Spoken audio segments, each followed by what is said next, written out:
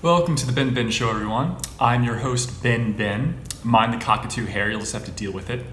First, a word from our sponsors. This episode of the Benben Show is brought to you by Chuckle Fuckers. That's right, Chuckle Fuckers. If you're a woman with the name Crystal with a K or Destiny with a D in a non-allegorical sense, do you enjoy working the knob of 40-something-year-old white men that know how to bring the giggles out of even the biggest manic depressive daddy's girl? Then come on down to Chuckle Fuckers, where our jokes augment our incredibly average peni. Also, by Super Coffee. Key to Super Coffee, because making coffee is a waste of time. And people like to make their lives wasteful by spending an incredible premium for brand name coffees. I'm just kidding. It's not that expensive. it's convenient. Namely because I think the reason why coffee works so well, like paying this much for this coffee, and you can like have a fraction of the cost of making it in your house, is because there's something about the sound of silence at a household, especially if you have kids, and it's just worth so much. And like once you have gotten the kids out of the door, or if they're not up yet, the idea that they could be woken like mythological demons or something by the sound of coffee grinds going, it's not worth it. So, Super Coffee. It's 200 milligrams of caffeine, 10 grams of protein. I think there's like MCT oil in some of these. It might be in this one. Yeah, there's MCT oil. It's organic green caffeine. It looks milk protein isolate. It's good. It's milk flavored. I like all of them. I think they have vanilla, regular, pumpkin spice. It's good. I'm battling a cold, so my nose looks a little stuffy. I'm sorry.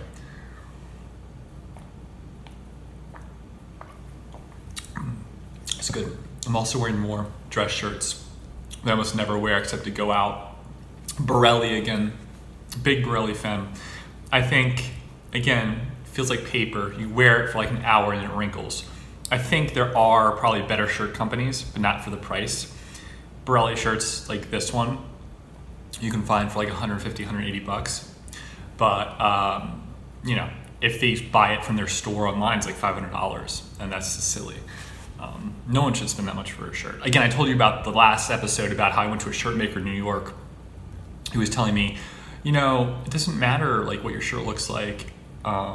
This guy makes custom shirts. It doesn't matter what your shirt looks like, so just have your jacket over it. I'm like, then why am I here? If I don't get to have my shirt the way I want it, why am I here? You don't really have an answer.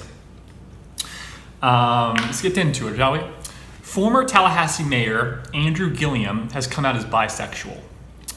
You may remember that Andrew Gillum served as Tallahassee mayor. He may not, because it's kind of irrelevant to the story, but it's a good to have the background. He served as mayor of Tallahassee from 2014 to 2018, during which he lost by 0.5 point in a recount. Very unfortunate. Democrat, up-and-coming, young, handsome black man. They tend to like those guys. And black men, they're handsome, that are Democrats. The Democrats do. And he has battled an addiction problem ever since, culminating in a hotel room paramedic visit whereby a male in the room, not him, had been overdosed, or was overdosing from methamphetamine, which called into question why he was alone in the room with a man doing methamphetamine, or why there were drugs involved.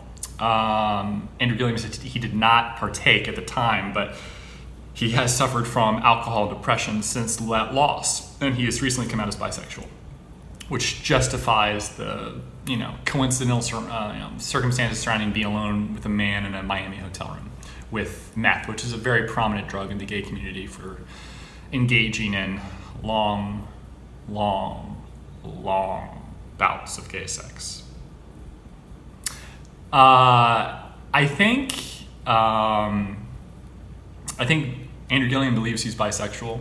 I believe that he is, or that he believes that he is. But I do think his wife was with him on the Tamron Hill interview where he came out. I do think that this could be used as a ploy, though, for people in the future that have circumstances where they mess up as politicians or people in the public eye. You could see this with a conservative politician gets caught, doing heroin or cocaine or something like that, traffic stop. Then you find out later he comes out in a Tucker Carlson interview with his wife by his side saying that he's homosexual, and that the idea of holding that inside for years and years has caused him to engage in drug use and poor behavior and self-destructive behavior. And his wife, right, holding his hand, because you're not going to talk about what's going to happen now with your wife, and so on and so forth, and church and all this stuff. I think that's going to fall by the wayside. People aren't going to talk about that, but it will be used as sort of like careerism, homosexuality, to protect yourself against mistakes. I think it will definitely be abused, and if it hasn't already, career homosexual celebrities, there is something to be said about kind of feigning this sort of idea to be part of a group to help your career, which is, I know that sounds awful to say, but there's no reason why people wouldn't do it. So I don't know. Watch out for that in the future. This huge influx of sorry, the reason I did it was because I'm gay and I was persecuted my entire life. That's definitely a nice that's a nice scapegoat to get out of trouble. So that'll be used. Clayton Davis in a Variety article titled "New Oscar Inclusion Rules Explained," which kind of talks down to you already, as if you should even question the validity or the reason for such a change in the rules.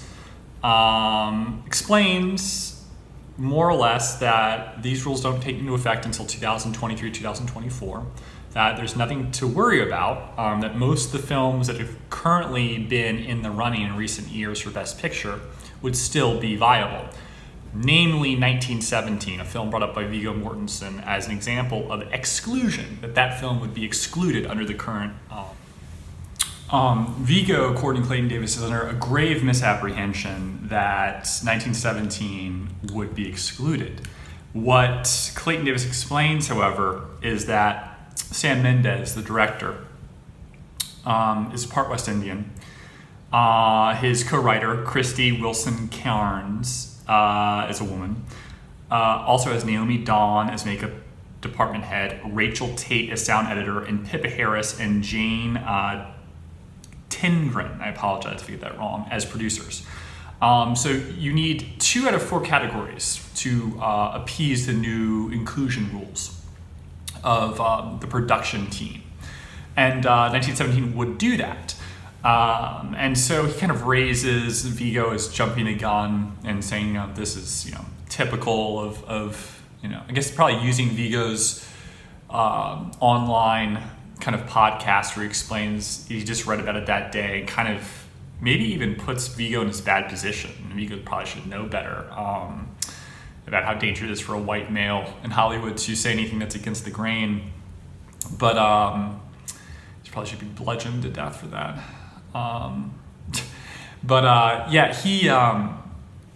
He is unquestionably right, and he brings up a poignant point. Viggo is that it doesn't matter what the 1917 cast and production team is or what they could be.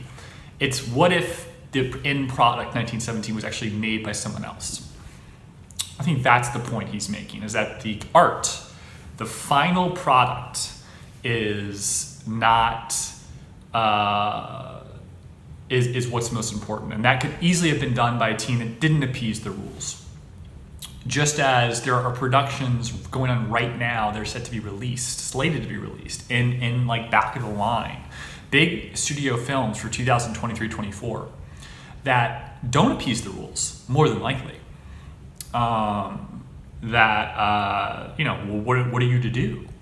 Films don't just get made and come out to the general public in the same year. Very often that never happens, especially major studio films that take a long time to do post work on, go through the marketing. Like the whole point is the buildup, right? You can't just like release a film without any buildup. It takes time. So there's that. I'm sure the Academy talked to some of the production houses And maybe that's also biased because they shouldn't do that. The studio should not have a heads up, and there shouldn't be a situation where Paul Thomas Anderson randomly has an Asian American added to his production team to appease the rules, and he's given kind of a tap on the shoulder, like, you have to do this. That's fucked up too. That's not in keeping with the whole point. I wrote for the New Yorker a piece in response to this, and I say the following. If anyone can attest to the acting chops of Viggo Mortensen, it would be my first wife, the Russian with seductive bangs from this small town of Ulanovsk. Katya, hi. From the small town of Ulanovsk, after having watched Eastern Promises with me, she was certain Mr. Mortensen hailed from St. Petersburg and not South America, where he spent most of his childhood. In the Variety piece, Davis gives no credit to Viggo's curriculum vitae. Instead, he slams Mr. Mortensen's misinterpretation of the new Oscar rules, which will be explained to you, dear reader, in due course. Davis goes on to chastise Mr. Mortensen's inaccurate conclusion that a film such as 1917 would not have won or been nominated for Best Picture under the new rules. In Rebuke, Clayton talks about, the writers, Mendez's West Indian heritage, blah, blah, blah. I will confess, Viggo should be lightly bludgeoned across the forehead for not knowing Sam Mendes is part West Indian, or that the sound editor is a woman. Such an oversight is career suicide, even for a tenured actor who first caught the eye of Molly Ringwald as her preferred choice to play her love interest in 16 Candles. Having said that, Viggo's initial presumption that a film of 1917's caliber could be excluded is poignant. What if the creative team for 1917 did not meet the Academy's new diversity requirements? The work itself and the ability of the creative team and their pre-ultimatum Oscar accomplishments would be severely discounted going forward. All of this reckoning due to the idolatry of superficial characteristics in a world where we are taught to condemn the prejudices of others based on the very same superficial characteristics. That's an important point.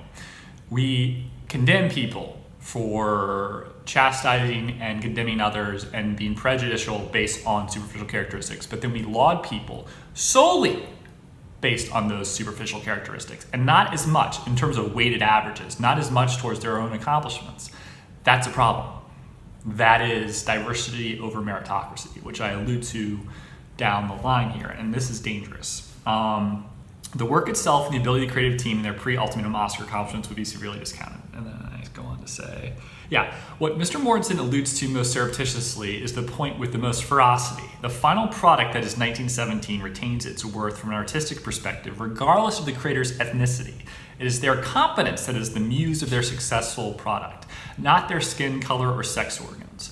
Moreover, from a studio marketing perspective, to ask a more LGBT, Black, and Asian representative team to make a World War I studio film intended for mass audiences almost defeats the purpose.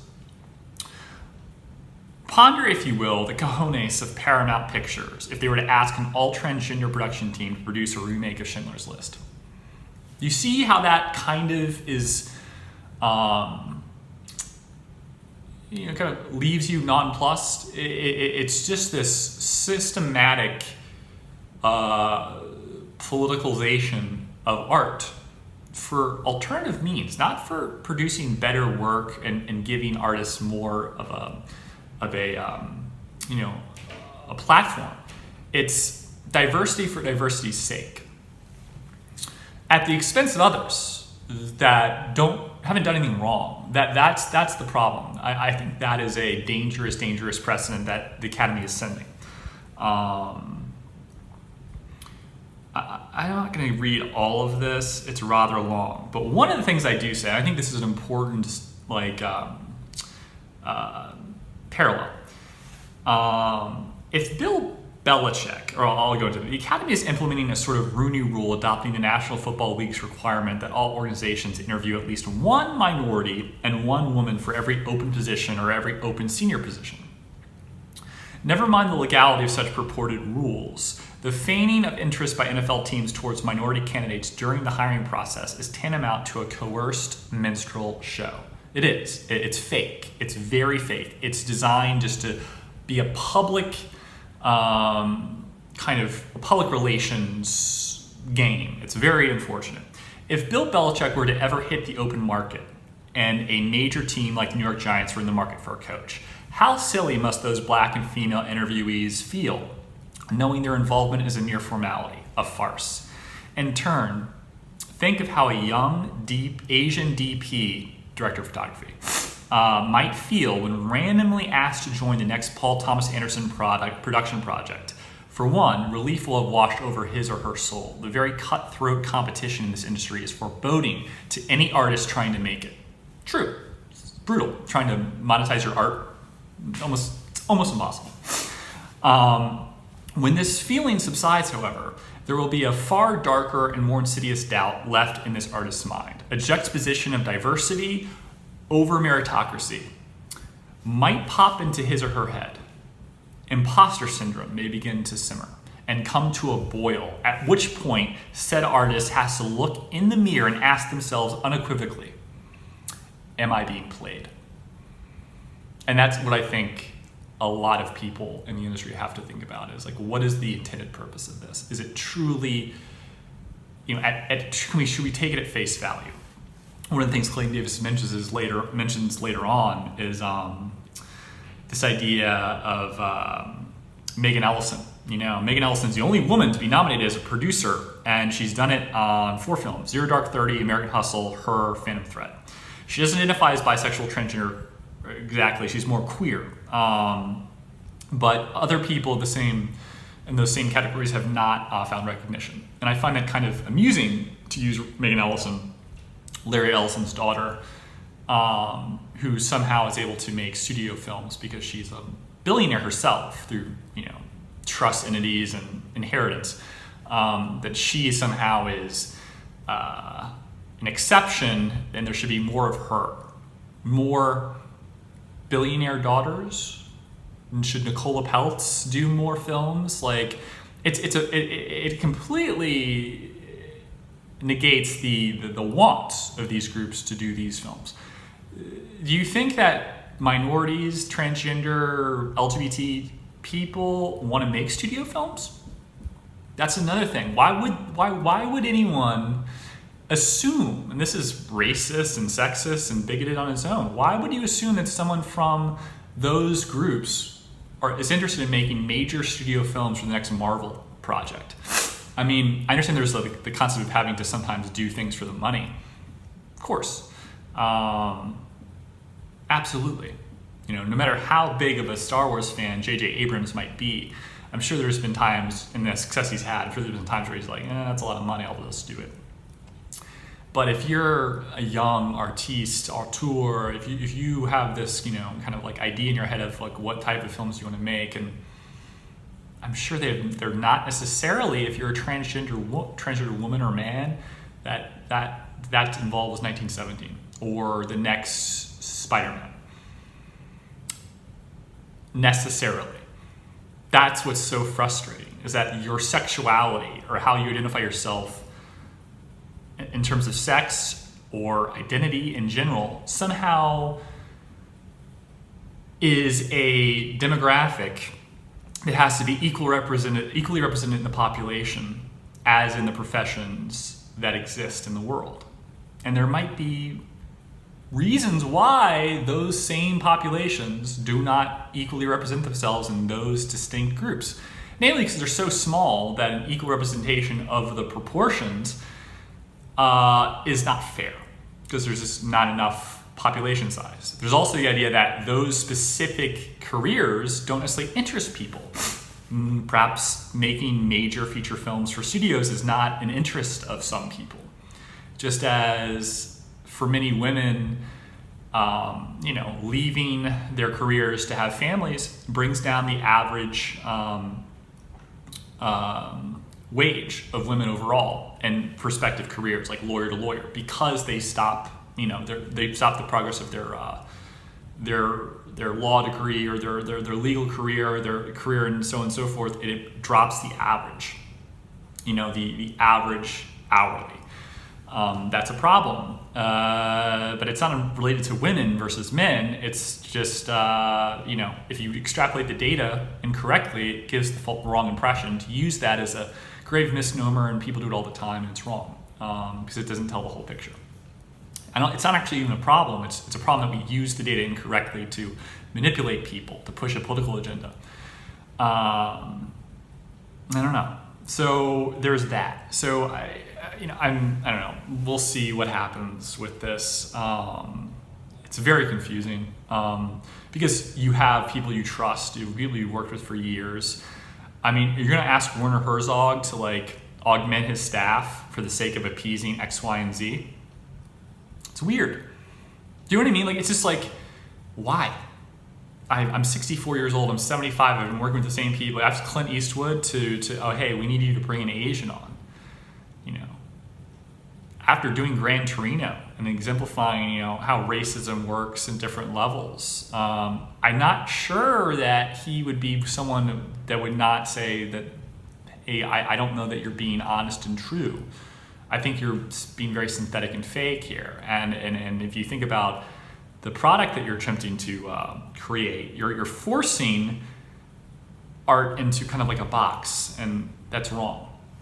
Collaboration is very important. To force collaboration is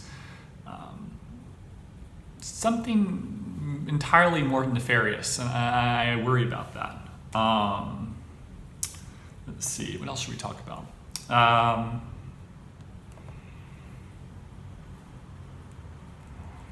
Oh yeah, Michael Caputo, the Assistant Secretary of Health, talked about on Facebook, went on this tirade about bizarre tirade according to the New York Times about pandemic sedition and warning of coming violence from left-wing hit squads after the election. I'll say that he's asking to take a medical leave of absence. I think he probably used the incorrect forum, and he alluded to some things are accurate. What's happened in this country during, since George Floyd, since COVID, with riots in Michigan and Seattle and all over, violent riots involving guns in some places. It's not a ridiculous suggestion to think that if the Democrats lose, that people won't also have automatic weapons and take to the streets after the election if Trump were to win. It's not ridiculous. The idea that the health officials are all in on some sort of conspiracy regarding the coronavirus, that's unfortunate that you have to say that. It's probably not best. Even if it were true, it's kind of unfalsifiable. There was a lady scientist from Hong Kong that came on Tucker Carlson's show the other night explaining that the virus was intentionally released by China. How you can prove that is very interesting. I look forward to that information going forward. But those type of things are very, very interesting. I don't think it changes anything in terms of how the virus is being dealt with currently. If you're Assistant Secretary of Health for Public Affairs, you should not go on tirades on Facebook. It doesn't matter if you're right or wrong. You just can't do that. You're talking off the cuff. It's not appropriate, and it bothers me that things like that happen. The picture, a good friend Daniel Littman posted an article about the picture with the MiG jets over the support our troops thing that Trump put out, but he's using, there's Russian jets in the background, Russian MiGs. It's almost like, did someone do that on purpose just to make the president look like an idiot? How does that happen? I understand we're talking about the troops, and the troops at the bottom of the picture apparently are American, but the jets above them are Russian. It's why even go into that? Is it an implication that our guys are behind enemy lines and Russian is an enemy, and that the subliminal effect is we are not working with Russia, and Trump was trying to explain that? I don't know, but it's so weird. I mean, these things are so weird. I will say, I don't think there will ever be, Trump's legacy, I think, regardless of what happens in November, someone's going to say, from the left, someone more moderate, this guy, it's gets crushed every day. How do you deal with it? The idea that Caputo has to take a medical leave of absence because of fear of reprisal from if threats to his family, he said whatever. If that's true, think of what Trump's had to deal with, and he just handled every day. Boom, boom, boom. I mean, it's kind of why he is who he is. Not afraid. Just moves forward. Keeps on trucking. Trump wanted to do a thing on Twitter. He said Joe Rogan moderating a podcast would be awesome. That would be awesome. That would be absolutely killer. I think that's really, really, really good. I don't think it's good for Biden. I don't think any debate against Trump is good for Biden. I'm still waiting. Like, when did these debates happen? Like, soon, right? Are they really going to happen? Like, how could you do that? Unless the debates are framed in such a way due to COVID, where like they're in, glass boxes and they can't hear each other. And it's almost like they're not really debating. They're just answering questions from the moderator separately. And there's not really any back and forth.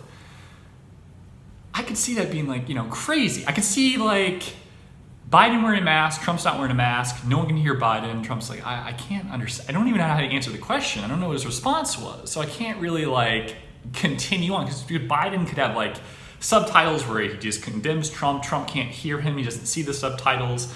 And so it's I can't respond accurately because I don't know what Biden's response was. I need to see what exactly did he say? Can you, and so Trump's constantly being staggered by having to ask him, what did he say? And then he was slowly, Chris Wallace says, Biden says that your wife is a whore and that you are unpresidential. Oh, thank you. Okay, well, I don't agree with that. I mean, it seems like the worst idea in the world to have picked Biden. You could pick anyone else. I don't understand what you're trying to have some overlay with Trump's older conservative demographics by having an elder statesman there that might appeal to Southern voters, people who are more prone to getting the virus, and that's their play, that they might convert some older conservative people that are or people that are on Medicare or Medicaid or something, or have fixed incomes that might have been affected by COVID. I don't know, and so they've been dependent on government subsidies, and so that is a thing. Getting conservative people that have needed government assistance in the last 6 months to kind of follow the bandwagon, hey, convert because this is the future. Nothing will be the same as it was. There's tons of jobs that could be lost by not having facilities in place where people commute to work. Government, universal minimum wage is coming. And the Democrats have that as an advantage, unequivocally. That is their advantage, is that these jobs, the service costs for Uber are going to just dissipate when the cars drive themselves. And then all these drivers that would have had jobs are no longer. Think of that across the board in different varietals of professions. It's coming. I don't know how the conservatives can combat this. I can see everything that conservatism, blue collar, America seems to espouse is our car industry, steel industry, our factories, and if they just all become automated, it's there's almost needs no floor oversight. They're just so, or there's this less foreman, just one guy needs to wash it all day long, not 25 people. It's man, it worries me. Even bricklayers. There was a bricklayer machine that came out 2 or 3 years ago. It was very slow, but it was consistent and never got tired, and it never had to slow down really. That became efficient. These type of since 3D printing, these smaller machines are able to generate viable products at scale. This is a problem. This is a major problem when it comes to conservative blue collar workforce, which the left abandoned in the 60s and 70s, and maybe they did so correctly. Just in terms of they saw the future before the right did. In terms of technology, we're going to be there's so many jobs that won't exist. These people either have to, learn how to work computers or they're going to have to accept government subsidies or both. There's just the brave new world is coming, and we just, there's no way around it. And people like Kaczynski and Aldous Huxley and Orson Welles, I was like Orville Welles, thinking about popcorn right now, kind of hungry. There's like, these people got it right. Let's jump ahead of the game. Let's get the flower child. Let's push the agenda with the good-intentioned illusion of ignorant youth. There's everything involving poverty involves skin color and race, and it has nothing to do with choices or anything else, and life's inherently unfair because of these specific things and no other reason. And that's why there's disparity and poverty and social economic strife. We're here to fix that. And the entity that'll fix that is the federal government, which gives the federal government enormous power, which makes the intelligence forces very prone to working with the Democrats more than the conservative Republicans, because in the end, the power of information is what they're after. And if the Democrats' agenda in terms of giving more money to the federal government is the way to get more money for their own purposes, so be it. They're not objective, they're power hungry and elitist and biased, and Edward Snowden brought that to light. They're liars, cheats, and they don't care about lying under oath. James Clapper didn't, Comey didn't. Forget what you think about politics. These people objectively lied. I'd like some Democrats to talk about that at some point. Like, yeah, we're not perfect. You like Trump, you're crazy. But yes, we will concede. These people did lie under oath. They do have enormous power. And I don't know. You have the backing of like the NSA and the CIA and the FBI as a political party. Like, kind of like, not officially, but privately. That's scary. You have a huge advantage. I don't know. All right, I'm gonna talk to you guys later. Bye.